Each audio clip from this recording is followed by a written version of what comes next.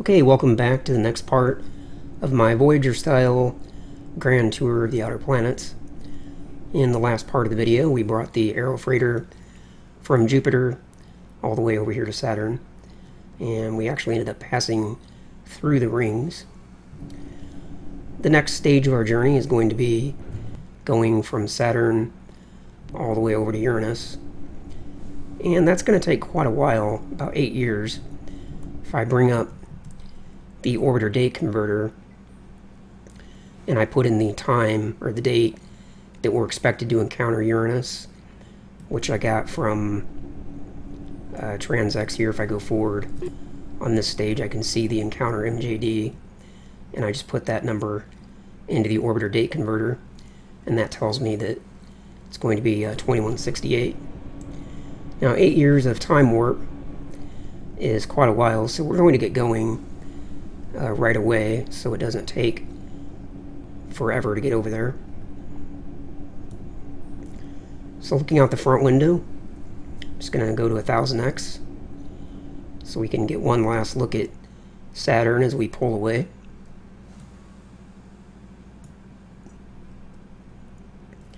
Maybe go out to 10,000.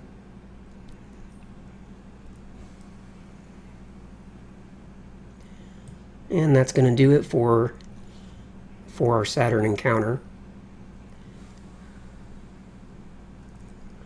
And now out to the maximum speed. Now we've got 5 years of locks in the main system. So here in a little while, around 2165, we're going to have to remember to come over here to the cargo system and put some of our cargo modules into the main lock system so we don't run out of breathable air. Now here I just need to kind of follow when I'm going to pull away from Saturn, and that'll be when this reaches about 0.02, and as soon as that happens, we want to get started with our first mid-course correction.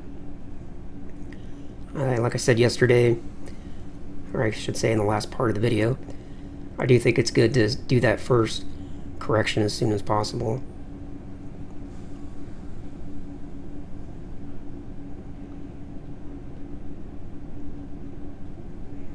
So we're just going to have a whole lot of time warp here. This is one of the situations where I do wish there was a 200,000 or a 300,000 time warp, because even at 100,000, traveling 8 years takes quite a while.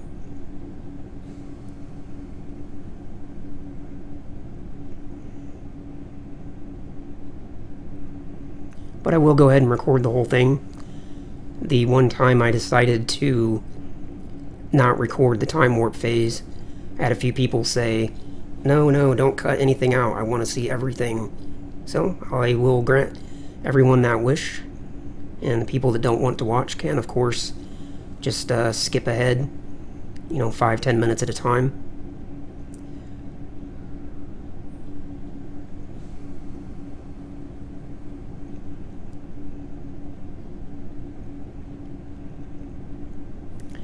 But I can't imagine that there's going to be a whole lot to talk about during this next 8 years worth of time warp, other than the various mid-course corrections that I'll have to do, and those are going to be few and far between, so there's probably going to be a lot of dead air.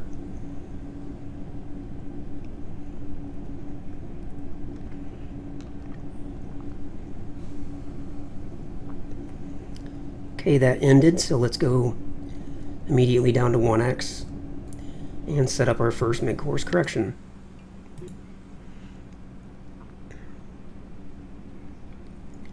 Now we'll come forward on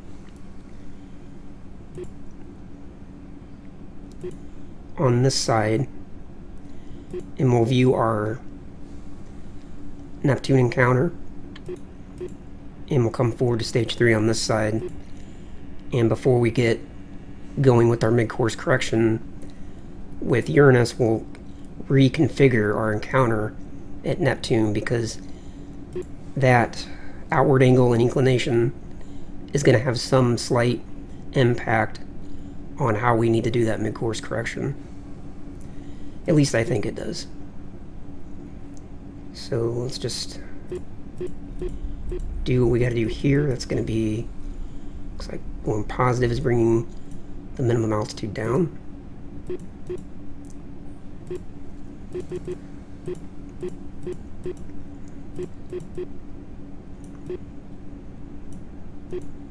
And pretty much right there.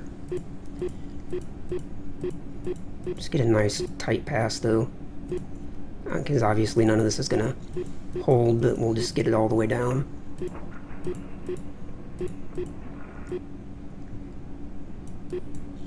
Like that.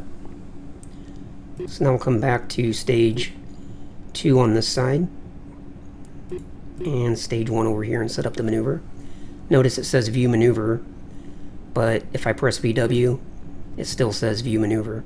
So sometimes you may see me go in a circle like that, and the reason I do it is, I've explained this in some other video, sometimes when you go back and forth between stages, the view is not correct. Like if I go forward over here and I view setup, and I come back here and it says view setup, but I hit VW again, sometimes it won't actually change the stage. And anyway, that's just one of those little quirky things about TransX. So if you ever notice me seemingly going in a circle here between setup and maneuver, that's why, because sometimes the stages don't hold, or sometimes the stages keep the previous view, so when you go back, you have to reset your view. Maneuver mode on, and date. It's at 8546, so we'll go to at least 8600. And it's probably good there. That'll give me quite a bit of time to set this up. And we'll see if prograde helps.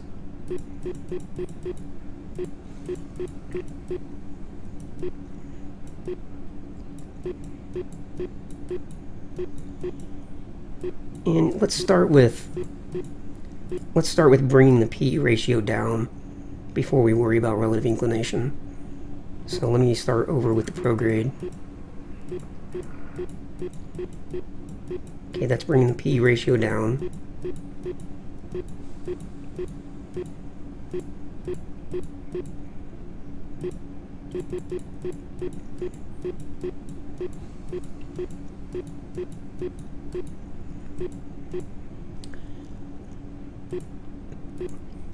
And now I'll do the change plane.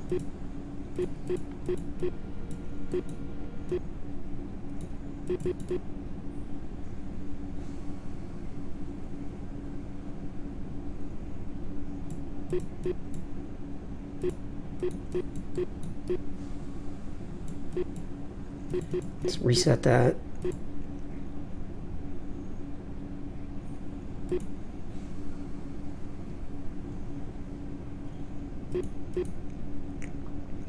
Let me go back to prograde. Let me see if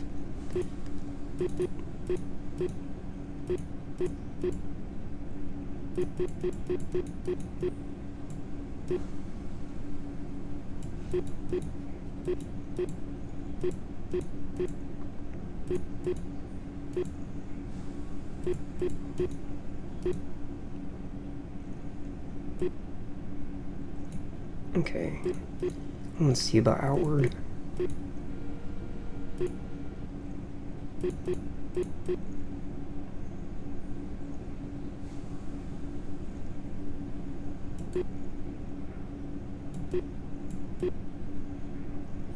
Okay, outward's bringing down the relative inclination, but raising the PE ratio.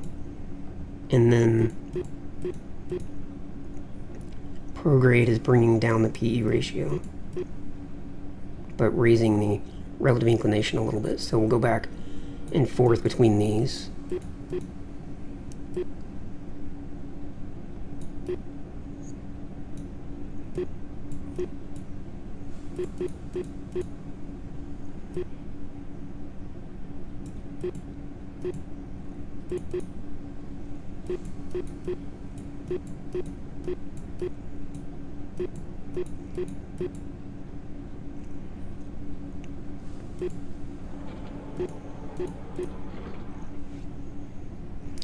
Let me try something else, because since I'm adding in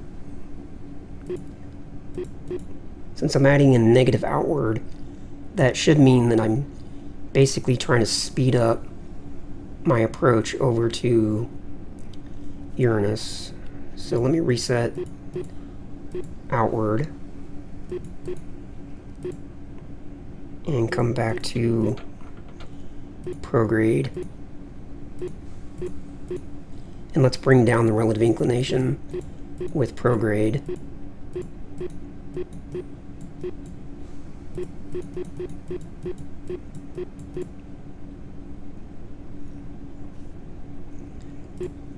And then try to adjust the plane change.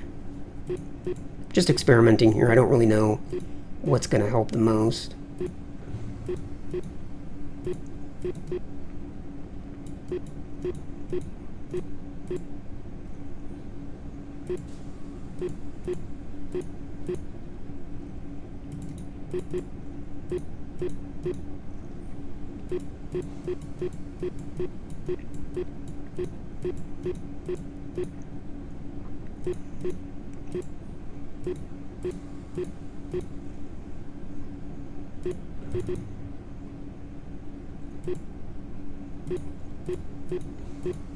Okay, looks like we're slowly getting there.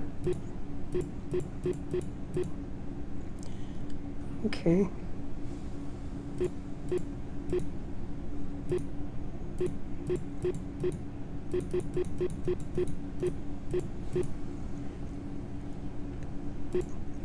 Total delta V cost of 600. I wonder if there's a way I can get a little bit cheaper on that. Turn the radio chatter off.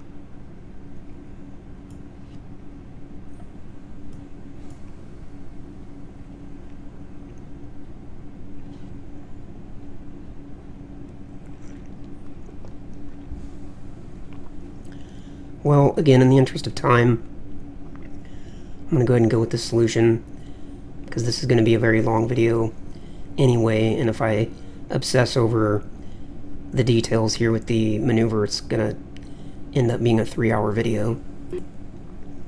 So let's just tweak this just to get the last little bit.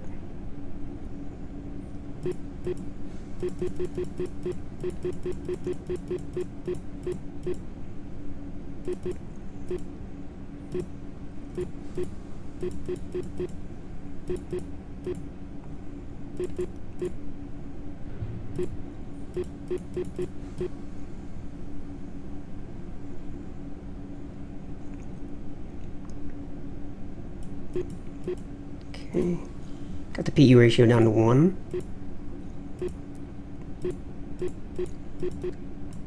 And a relative inclination 0.03. That's about as low as that's going to get. Okay.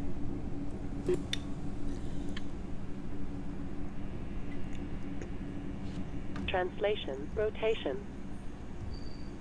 Now let's get rotated. That's going the wrong way.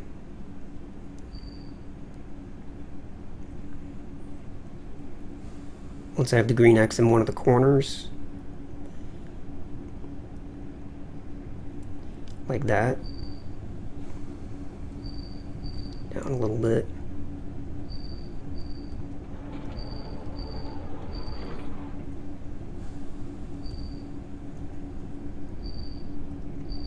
Now I'm going to yaw. I'm going to put in 10x time acceleration to speed that up. Okay. And since it flipped around to the other side, it meant that I'm yawing in the wrong direction. I would have been better off if I'd yawed the other way, but I don't know how you can know that without going and looking at the external view, and I shouldn't say the external view, but looking at the HUD.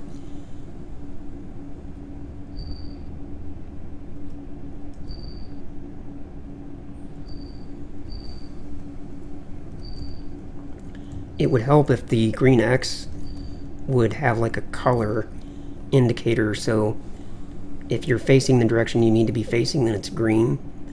But if you're sort of backwards, then maybe it would turn red. And maybe if you're off to the side, then maybe it would be yellow or something like that. So if you saw that it was red, then you would know that you're backwards and would need to go. It might help you know which way to go. Anyway, let's fast forward 10x, 100x. Okay. And we're down to about 5 seconds from the burn. 3, 2, and burning.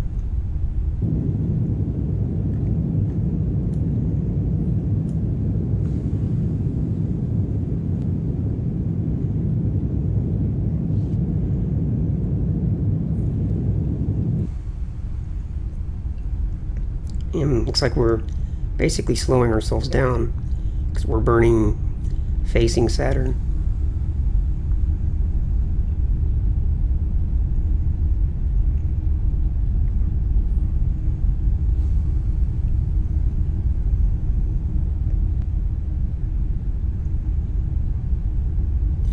Getting close to the end of this burn.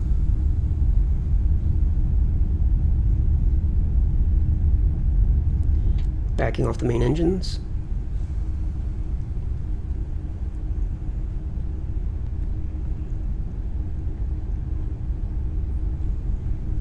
Okay. Translation. And that was the first burn that I was talking about, the one that would probably be large. And it was indeed fairly large. And hopefully the remaining burns between here and Uranus are just, 10, 15 meters a second, stuff like that.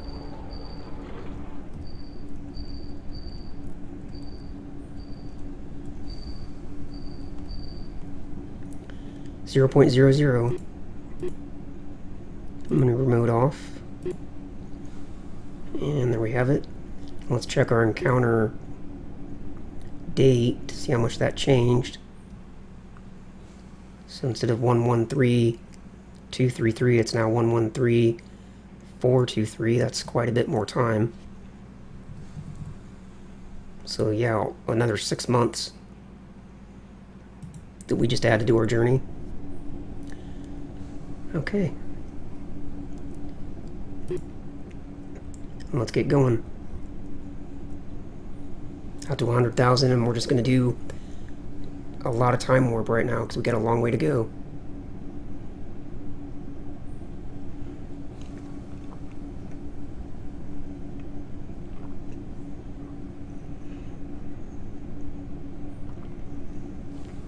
And I'm just going to actually mute my mic for maybe a minute or two. So I'll be right back.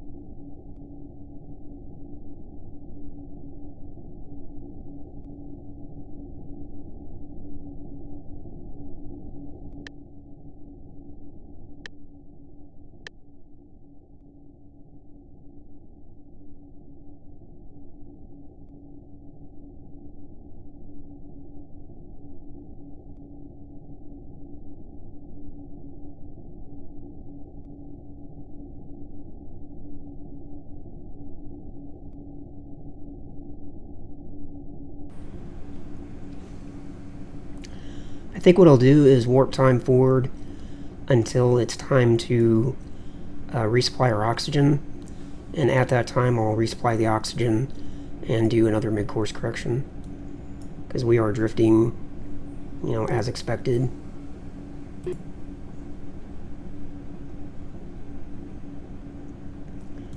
I might even stop a little early and do the first mid-course correction, because I think if I wait too long it may cost me more DV than it would if I do it earlier. But I don't want to stop and do a mid-course correction every time it drifts a little bit, because again, it's going to take a long time to get out there, and if I'm stopping every few minutes to make mid-course corrections, then we're never going to get there. So that's going to be the plan.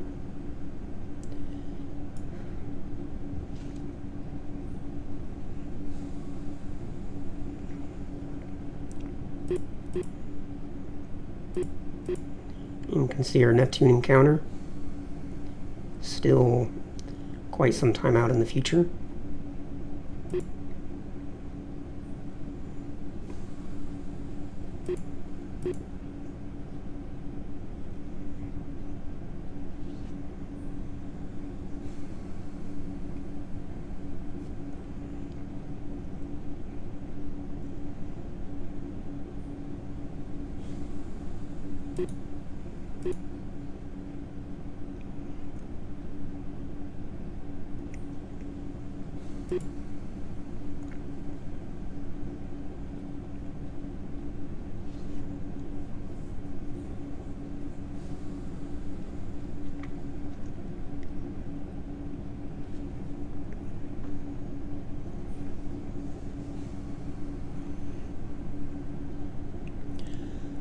Normally I would listen to a little bit of music or something while I'm doing this type of time warp, but since I'm recording video I can't do that, or else I'll get all kinds of copyright violations with the YouTube upload.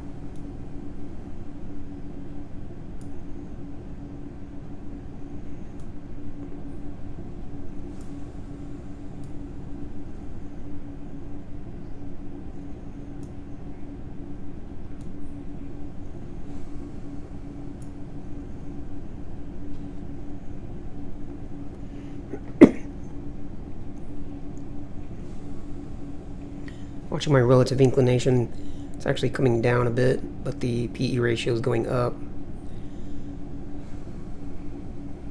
So we're getting farther away from the our encounter with the surface, but we're getting closer in terms of the lineup.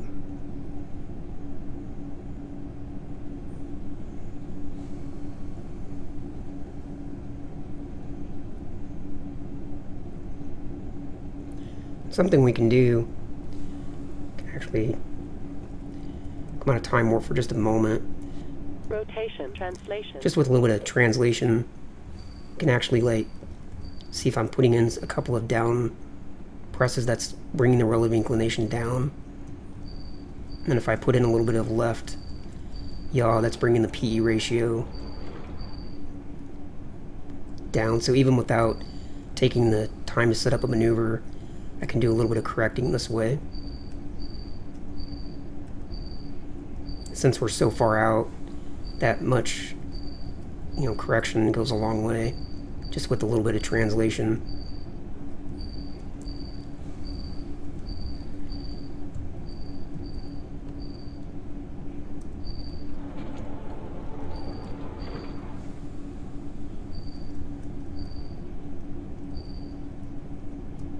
And we'll leave it at that for now and go back to 100,000. That might even be the way to go, rather than taking the time to set those maneuvers up, because it's just a simple matter of, you know, a couple bursts of translation one way or the other.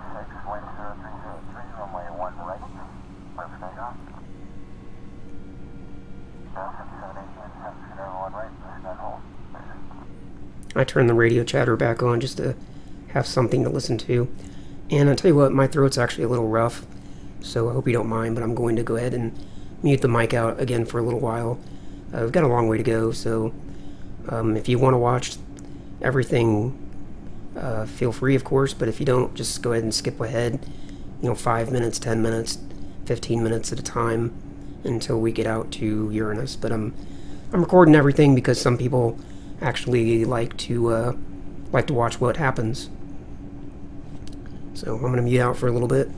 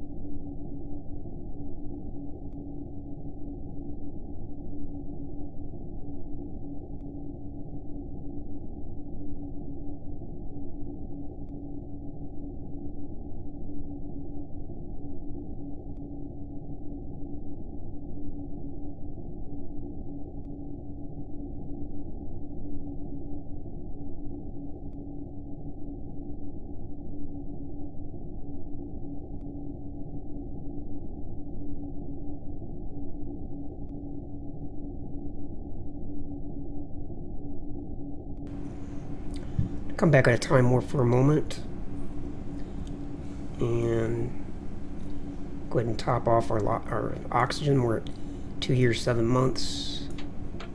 So let me go to cargo and hit use O2. I'm just curious how many it's going to use. So it used number 6 and 7. And we're topped out again. And as before, I'm just going to do a little bit of translation rather than set up a maneuver. Rotate translation.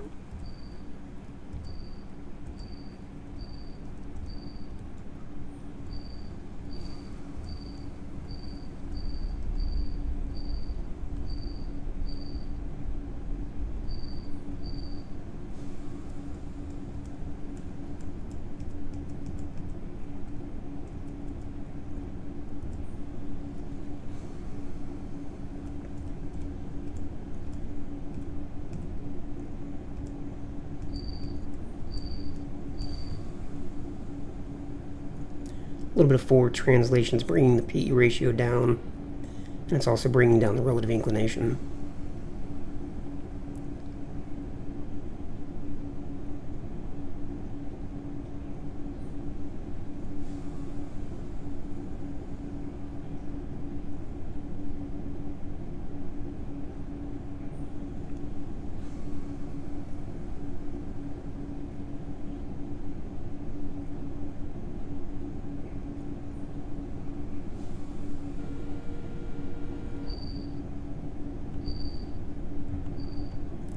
Okay, we just about got the relative inclination as low as it'll get. So let's see.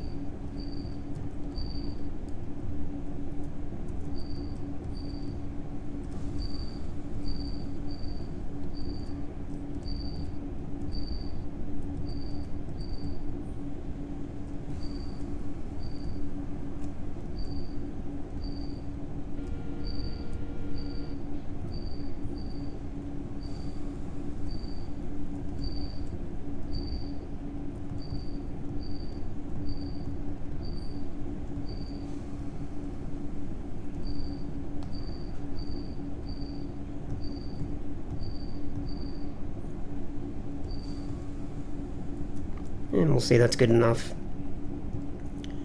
Without using a maneuver, it's not quite as easy to be as precise, but saves a little bit of time.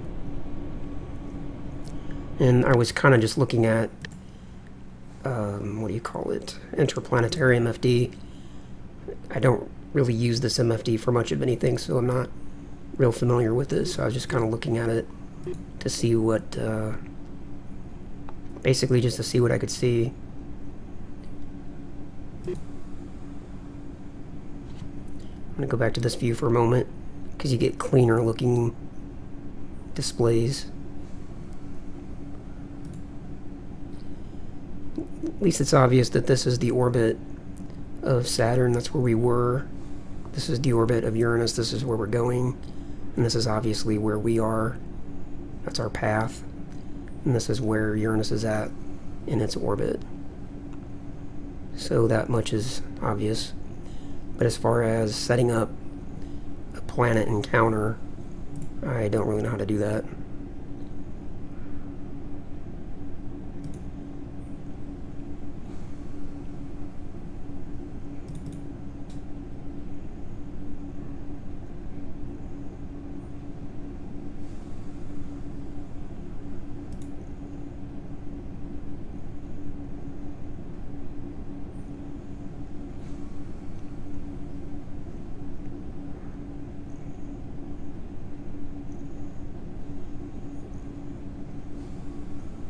Yeah, I have no idea what I'm looking at.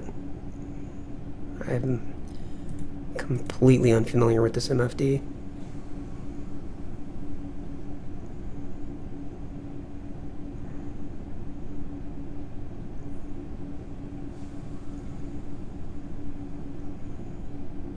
I can't even tell if I'm targeting Uranus anymore. All I see is reference sun. I don't see where I'm targeting anything. I'll target equator.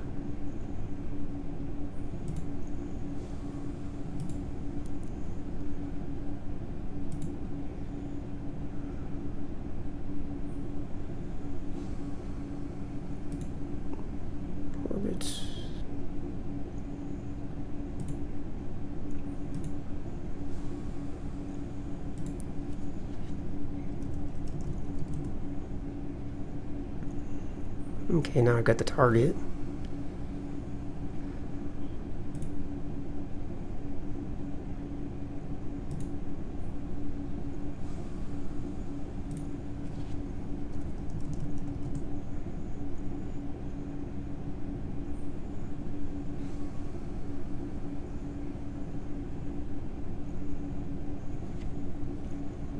Yeah, I have no idea.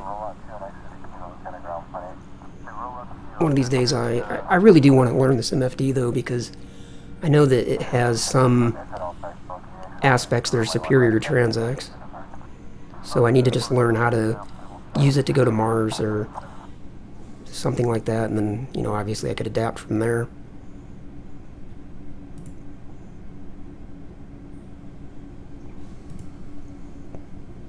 Okay, that was coarse.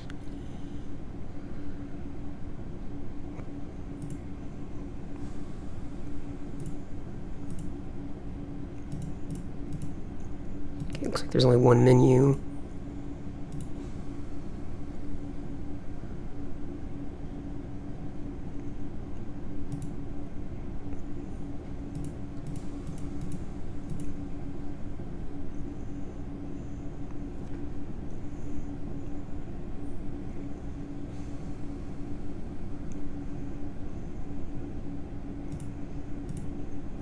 Just trying to be sure that, or trying to be careful I don't push the wrong button in interplanetary MFD and have it automatically fire an engine, because I know it does have that capability. It has auto burn, different auto burns programs, so if you push the wrong button, like in, you know, orbit, like circularization, it'll try to circularize around the sun or something, and that would be disastrous.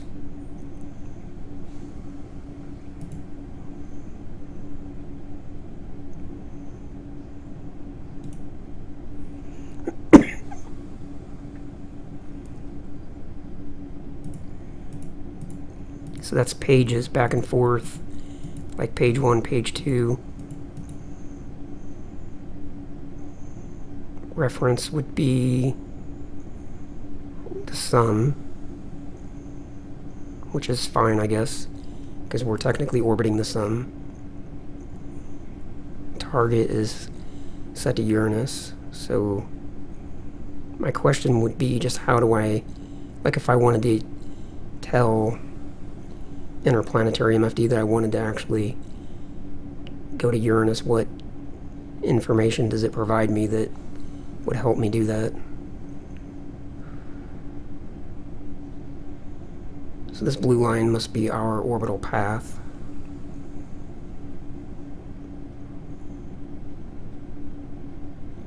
And that's where we are.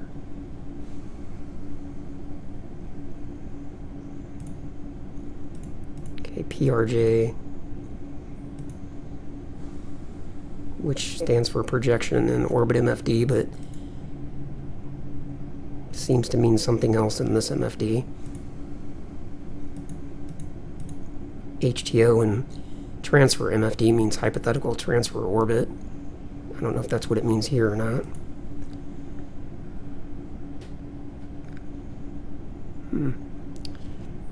Some other time I'll figure that out. Let's see.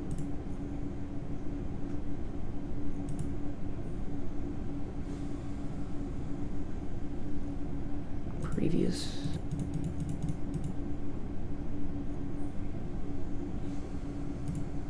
I don't know.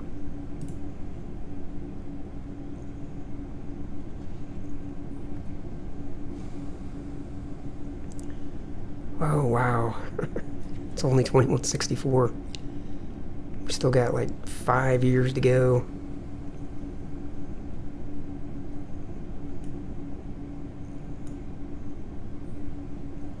Am I at maximum time warp? Yeah.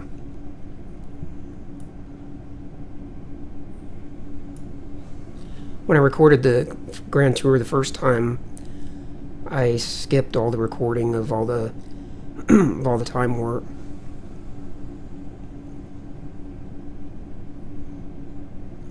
I would get to a planet like Jupiter. I would do, you know, spend a little bit of time there showing the planet, showing the arrival, showing the departure, and then once I got out away from it and did the the mid-course correction, I would stop recording and then time warp out till I was about 100 days away from the next planet, and then I would pick up recording again and repeat that process.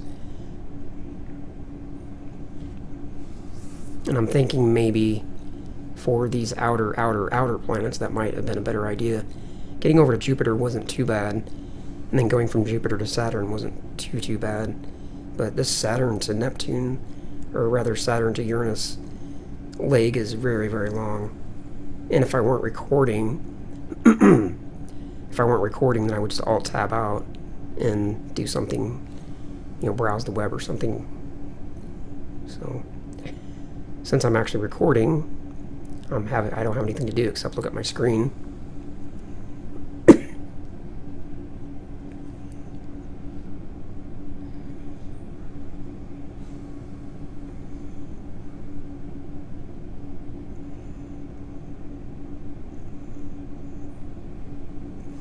So I think what I may do is when I get to Uranus, I think I might skip recording the time warp phase between Uranus and Neptune. It's just too much of nothing. But since I've already kind of committed to this Saturn to Uranus sling, I'll go ahead and finish recording this one.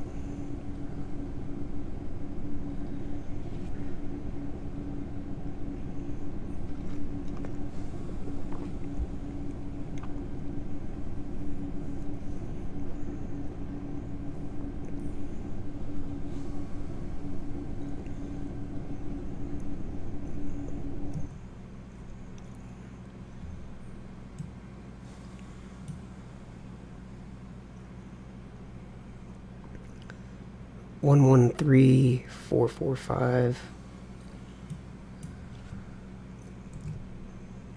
So yeah, we're still looking at June 2169. A little over 4 years. Let's see, 4 years times, let me see, it's like 5 minutes per year, I think. So about 20 more minutes.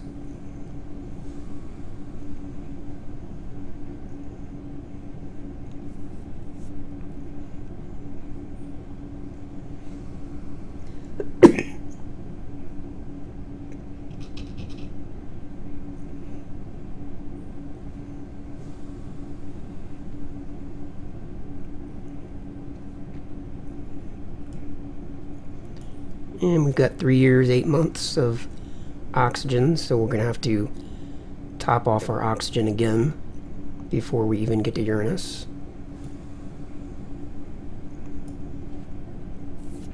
Go forward and take a look at our Neptune encounter, and we can see now that we've drifted enough that we're not even registering.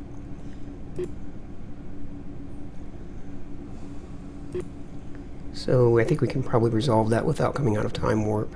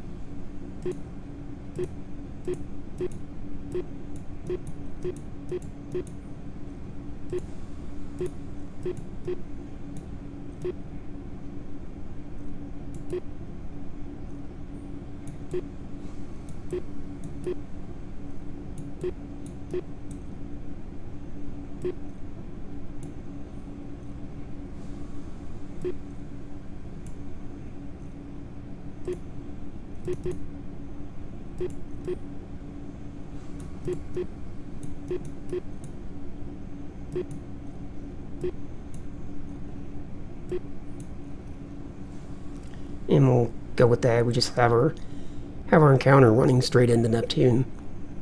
That should mean the least amount of fluctuation.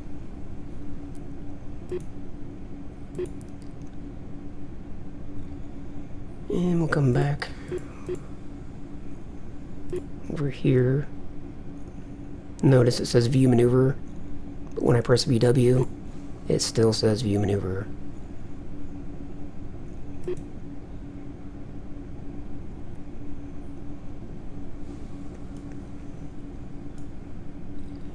Three years of oxygen, and 3.5 years of time warp to go.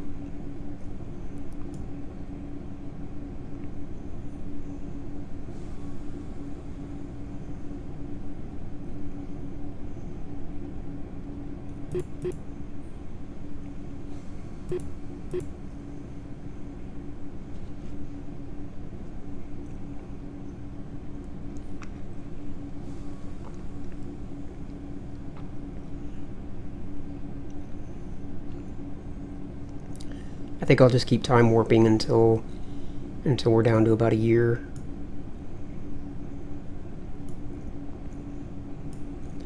Because everything seems relatively stable.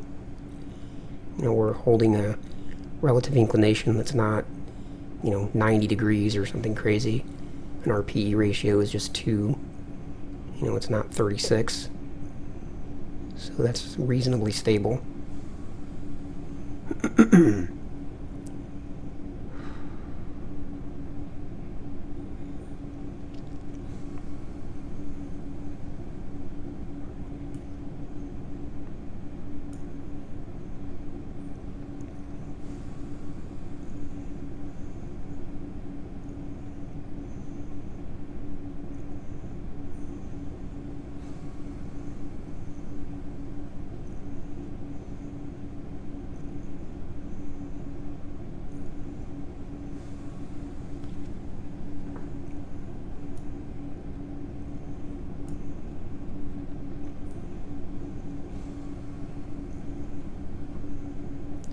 And we can see here how things are coming along. That green line, I should say this part of the green line is our sling. I shouldn't actually point to that part, because this part is obviously, that's just the other side of their trajectory, but we didn't come from here, because that's the sun. So when I say, this is our trajectory, this is actually inaccurate. We came from like out here, and this part should probably maybe be dim green, or maybe a dashed line of green, sort of representing that that's just the other side of the trajectory, but that's not actually part of the trajectory. I mean, you didn't come from here. I think actually I noticed in interplanetary MFD, yeah, I mean, it kind of, it shows more, where you're at and where you're going, not necessarily that long extra line of where you hypothetically would have been on that trajectory.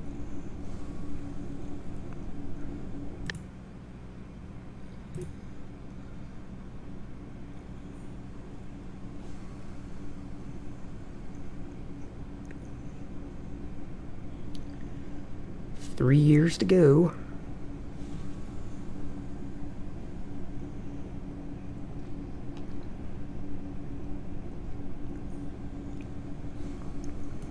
I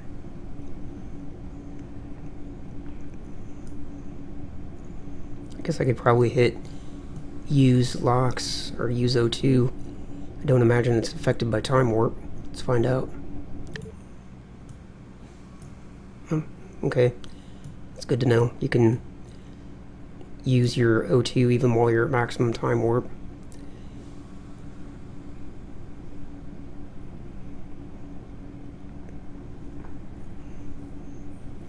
Looks like it's using 2 at a time. So we should have plenty to go all the way out to Neptune. And I think when I get out to Neptune,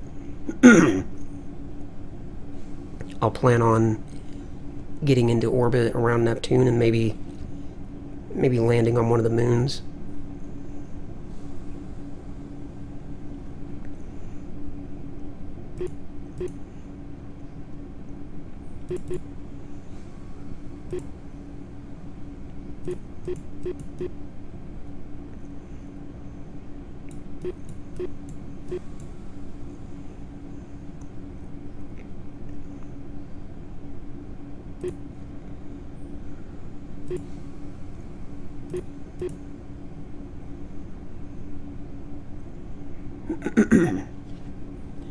Two and a half years to go.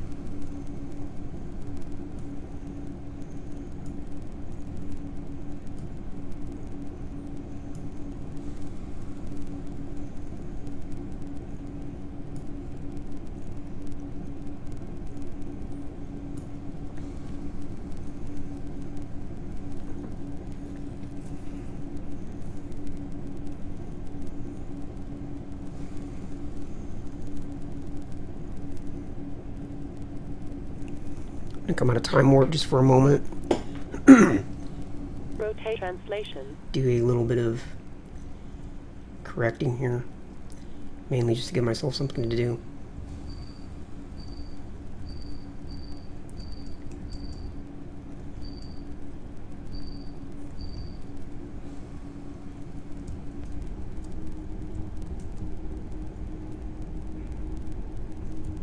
A little bit of main engine to bring the PE ratio down.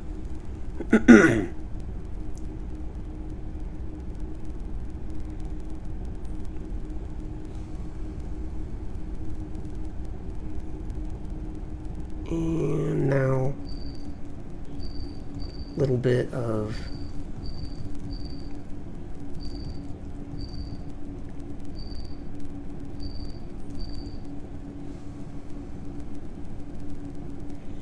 translation to finish everything off here.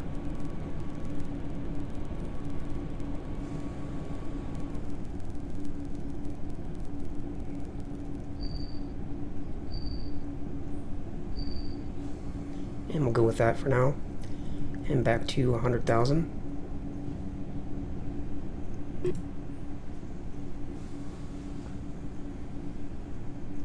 Kind of looks like our Uranus sling is going to be...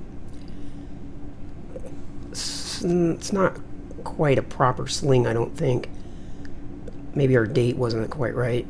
We are getting some bending here, but it's almost a straight line. You can see, I mean, it just comes out here, and we're just getting a little bit of influence and then going out. So that's not really what I would consider a proper sling. Whereas, you know, the Jupiter and Saturn slings we were in really tight. But our focus PED is 10 times, almost 10 times the radius. I do believe we're going to be plenty close enough to get a good look, because it's still a gas giant.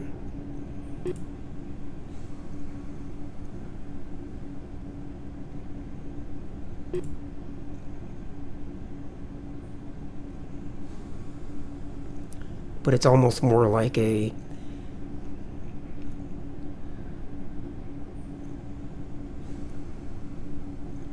It's almost more like Uranus just happens to be in the path that we were already on anyway, as opposed to you know, getting a proper gravity sling out of it. Like if this hadn't been here, we would still just be passing by this particular spot anyway, and we would still be getting over to Neptune.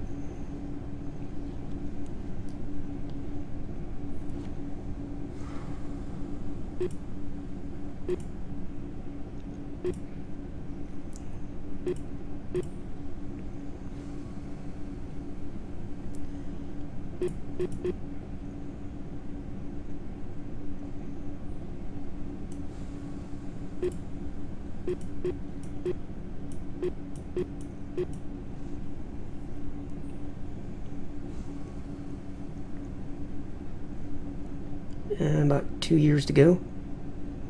And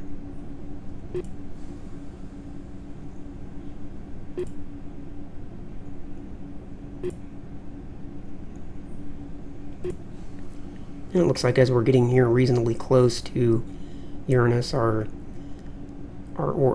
trajectory's holding pretty well. You know, we're not getting nearly as much drift. P ratio is holding close to 1. Relative inclination is, looks like it's kind of going back and forth. I see 3941, 39, now it's going down. So yeah, it's kind of dancing back and forth a little bit.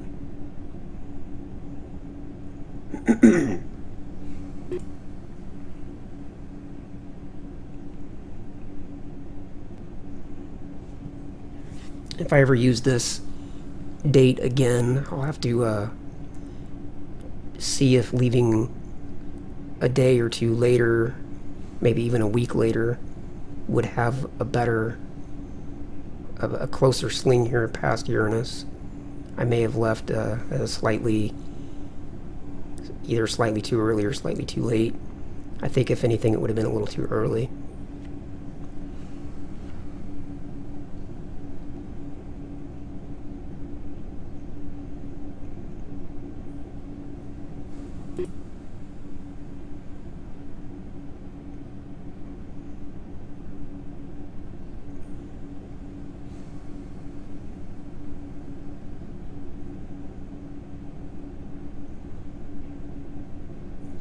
Let me think about that.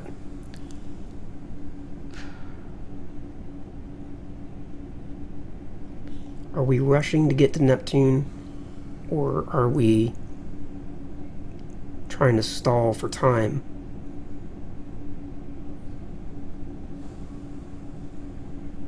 I don't know, I can't figure it out. I'm not that bright.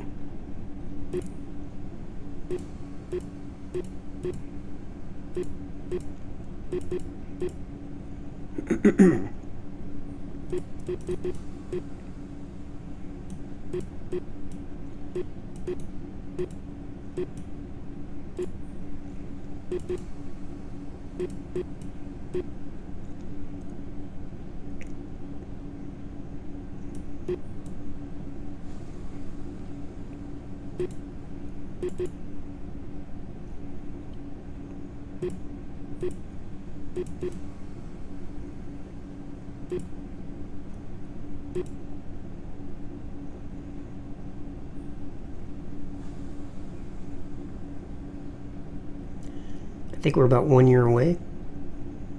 Double check our date. 113447. 113447. June 2169. So yeah, about 1 more year.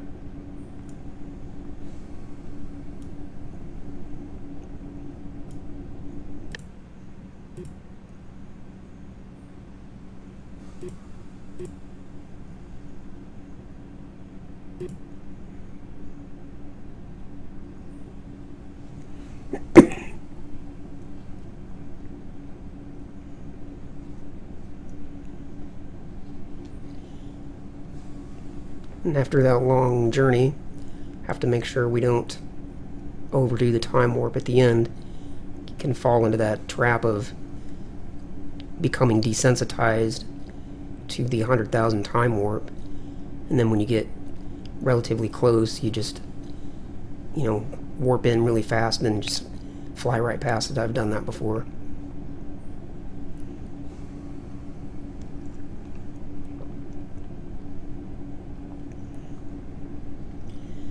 I believe 100,000 time warp passes each day in slightly less than 1 second. So when you get down to maybe, 2-3 months out, you want to back off the time warp, because you're at that point you're just a minute or so away.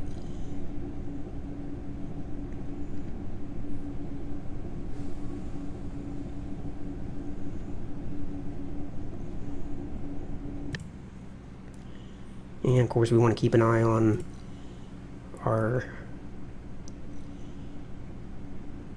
our slingshot view here. We don't want to become complacent and let our relative inclination get really far out or anything like that, but it looks like it's still holding pretty well. But when we're 3 months or so out, I'll bring everything to a halt and do one final check.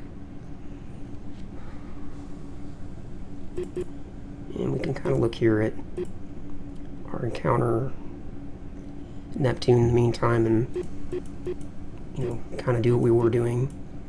Make these adjustments to make sure that it's still on track.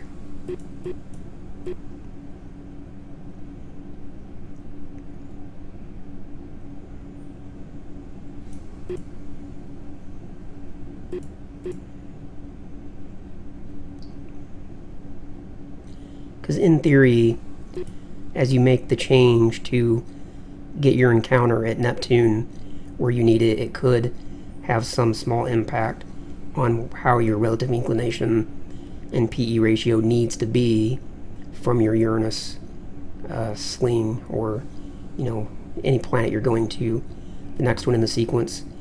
If you need to make some big change here, then it might say, well, your relative inclination around Uranus needs to be slightly over here instead. But so far it doesn't look like making this correction is having any meaningful impact on our Uranus encounter. Still a few months to go.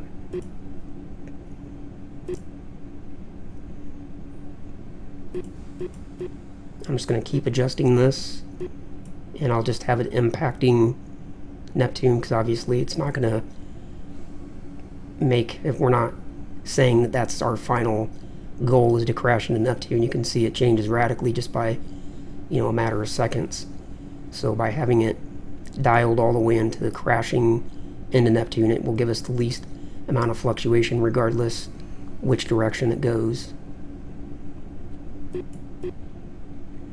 You see, if I go this way a little bit, you can see that's coming down.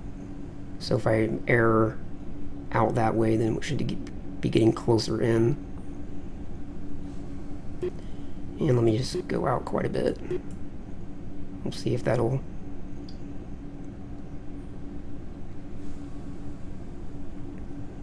Okay, we're January, February.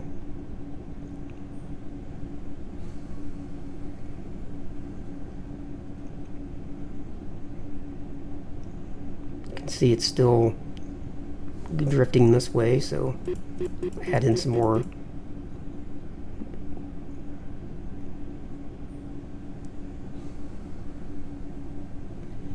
March.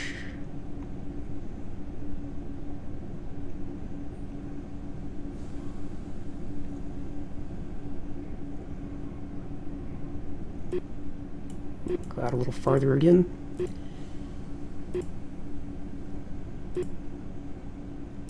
One, 1, 3, 4, 4, 7.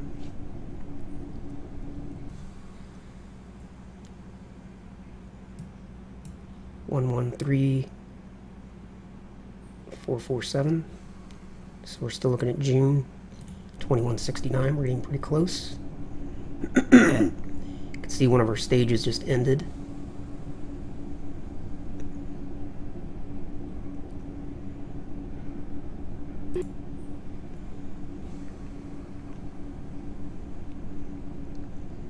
Okay, we're down now to where we're just 60 days away or so. So let's bring up orbit, MFD, and let's copy that information over to the HUD. Let's look forward. Rotation. And let's rotate so we're facing Uranus.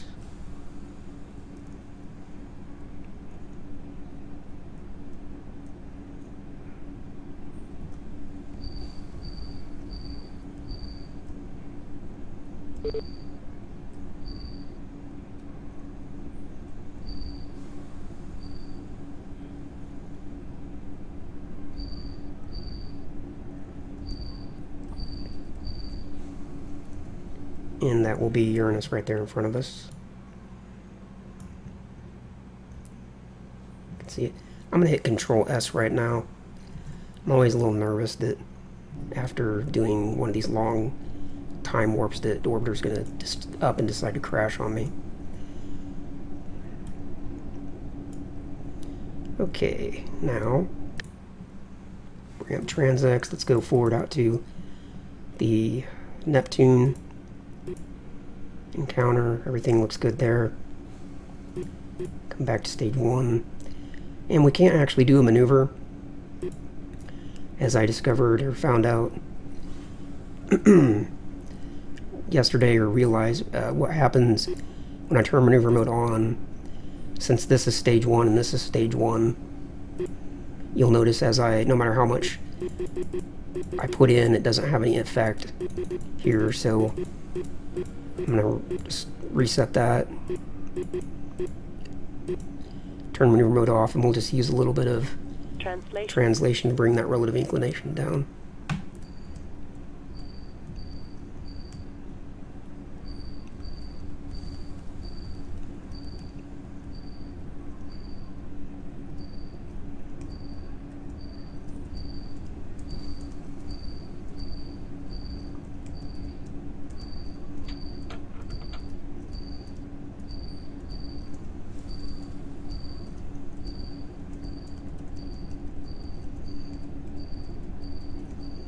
Okay, and see what it can do about the PE ratio.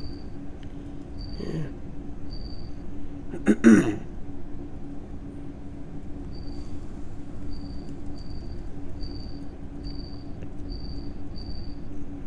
Well, unfortunately, bringing the relative inclination down is raising the PE ratio. That's not much of a surprise, though. That type of thing typically happens. So what I'm going to do is just get the relative inclination good and low.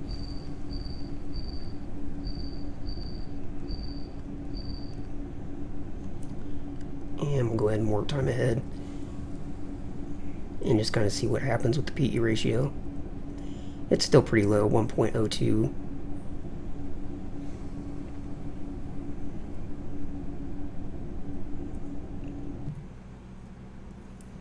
And we'll go 100,000. And again, we want to make sure that we don't become numb to the time warp and fly right by. So we're at May. And let me check the date again. June 26th. So we've got a month to go. And that'll be about 30 seconds at maximum time warp. So June 3rd, June 4th, June 5th.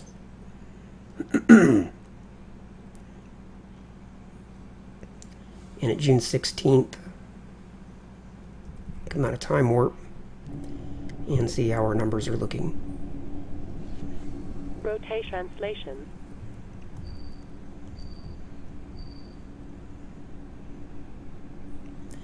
I'm bringing the PE ratio down with a little bit of lateral, and then I'm bringing the relative inclination down with a little bit of up-down translation.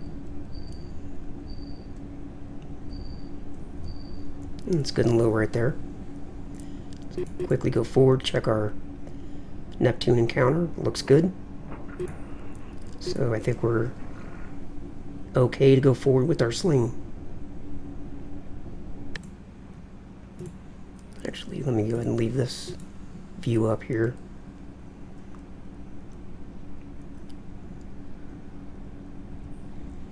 Okay.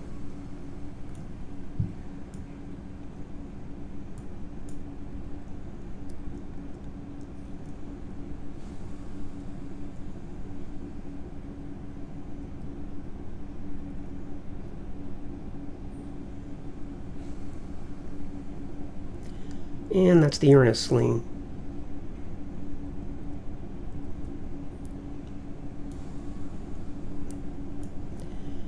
Got a gravitational influence of 1, so we are close enough to get a, quite a bit of gravity assist out of it. Whereas if we were coming by and the gravity was like, 0.75 at its highest, then that would mean we missed it by quite a bit. But you can see we got a good look at it, even though we're not nearly as close as we were at Saturn and Jupiter. Once everything smooths out, there we are. Just waiting for the graphics to smooth out. Come inside and get the really cool view. Rotation. Oops.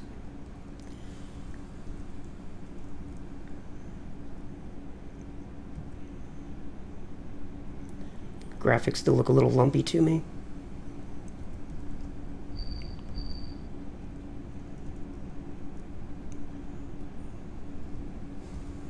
Another good looking planet though.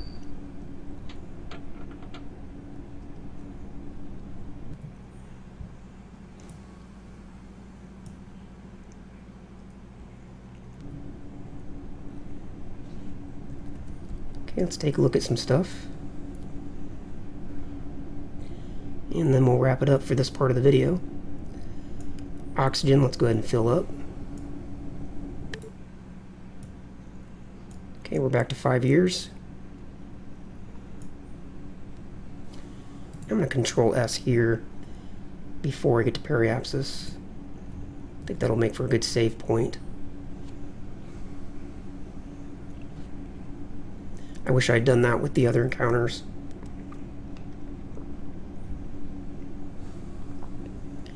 And let's take a look at our slingshot. Still, P ratio is almost 1. Relative inclination is really low. Encounter at Neptune looks fine. So I think we're all set.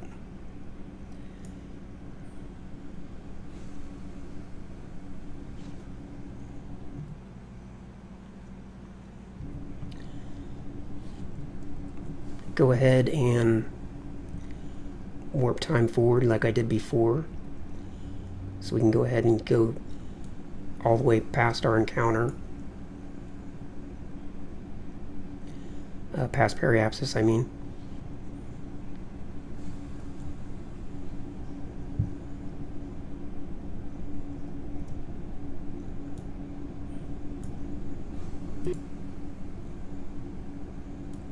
$11,000 seconds away.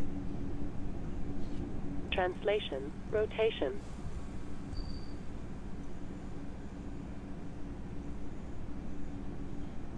Heavy contact north Casper. Having us up there.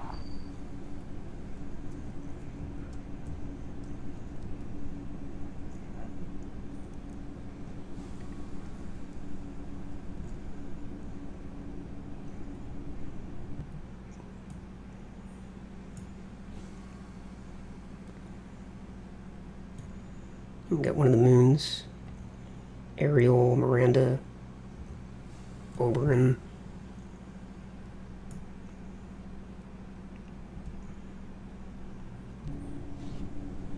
Translation. Rotation.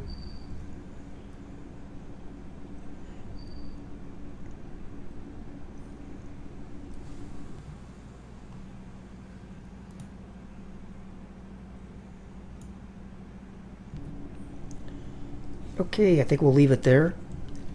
Go back to the captain's chair and see exactly where we're at. Yeah, we're past periapsis. So Control S to save the scenario right here. And this is where we will pick up in the next part of the video, where obviously we will go out to Neptune. And let's check our date real quick.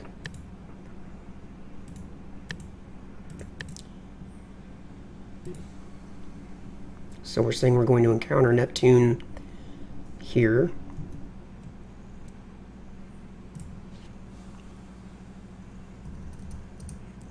116, 148, 2176. It's not as long of a trip as it was from Saturn over to here. Maybe I will record the whole thing, we'll see. I don't know, I just feel like it's not interesting enough, and I can't talk for 30 minutes about nothing. So, let's just see what happens. That's going to be it for this part of the video. As a reminder to myself, whenever you have transx plans set up, make sure that you have transx up on at least one of the MFDs before you save the scenario. So I'm going to hit Control S again, because I'm pretty sure I had transx up on at least one side before, but since I'm not 100% certain, I'm going to do it again so I can see now that I have transx up. Because again, if you don't have transx up on at least one side, then when you come back to your saved scenario, all your transx information will be gone. If you like this part of the video, if you like this journey from Saturn over to Uranus, please leave some kind of comment down below, and I will see you in the next video. You people say, no, don't cut anything out, I want to see everything. So I will grant everyone that wish, and the people that don't want to watch can, of course, just skip ahead, 5-10 minutes at a time.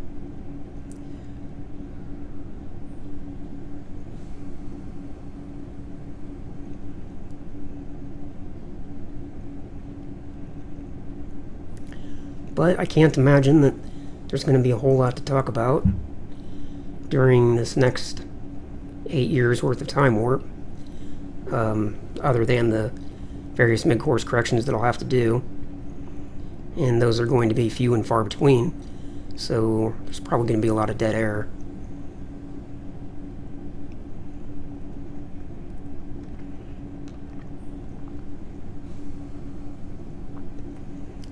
Okay, that ended, so let's go immediately down to 1x and set up our first mid-course correction.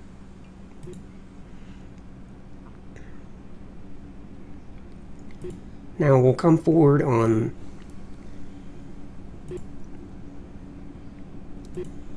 this side, and we'll view our Neptune encounter, and we'll come forward to stage 3 on this side. And before we get going with our mid-course correction with Uranus, we'll reconfigure our encounter at Neptune, because that outward angle and inclination is going to have some slight impact on how we... Now we've got 5 years of locks in the main system, so here in a little while, around 2165, we're going to have to remember to come over here to the cargo system and put some of our cargo modules into the main lock system, so we don't run out of breathable air. Now here I just need to kind of follow when I'm going to pull away from Saturn, and that'll be when this reaches about 0.02, and as soon as that happens, we want to get started with our first mid-course correction. Like I said yesterday, or I should say in the last part of the video, I do think it's good to do that first correction as soon as possible.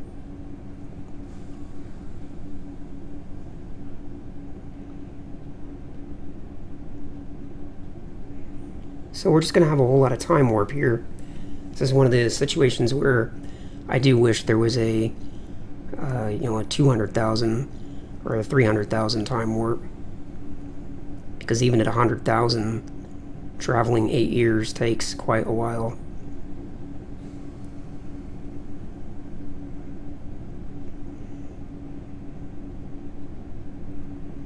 But I will go ahead and record the whole thing.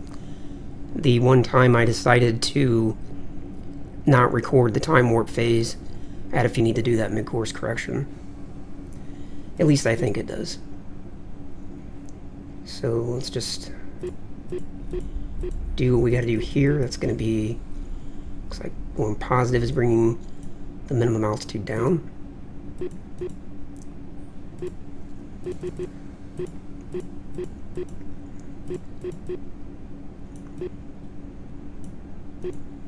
And pretty much right there.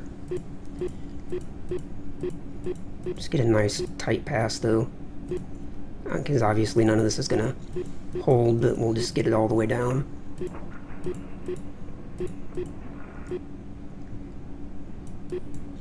Like that.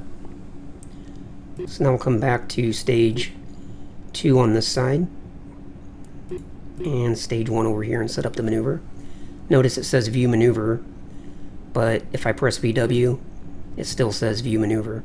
So sometimes you may see me go in a circle like that, and the reason I do it is, I've explained this in some other video, sometimes when you go back and forth between stages, the view is not correct.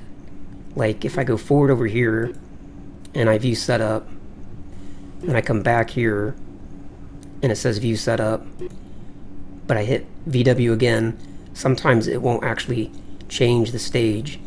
And anyway, that's just one of those little quirky things about TransX.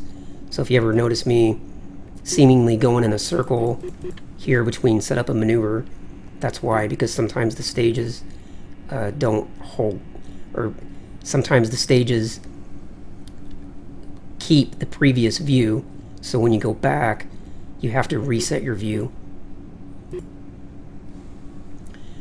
Maneuver mode on, and date, it's at 8546, so we'll go to at least 8600, and it's probably good there. That'll give me quite a bit of time to set this up, and we'll see if prograde helps.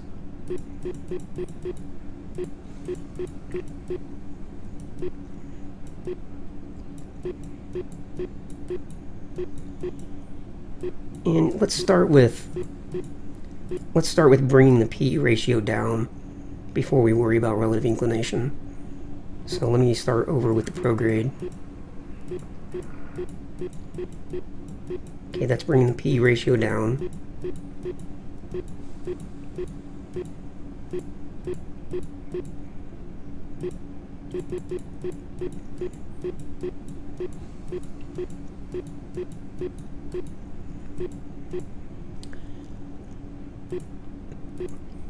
And now I'll do the change plane.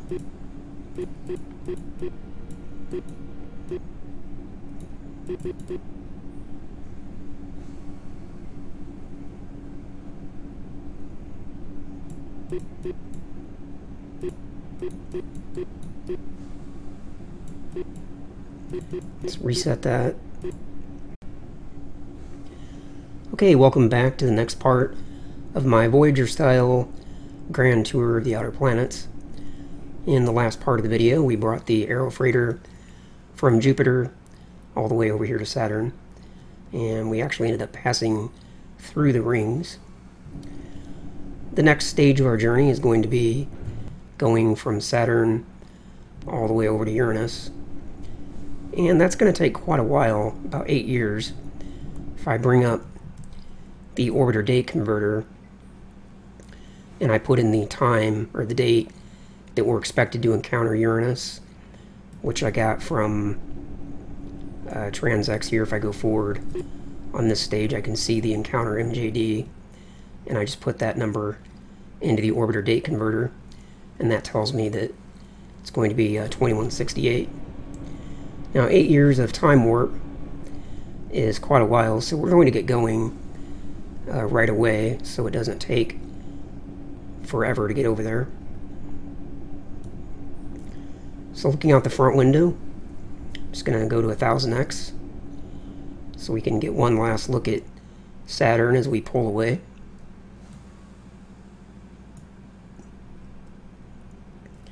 Maybe go out to 10,000.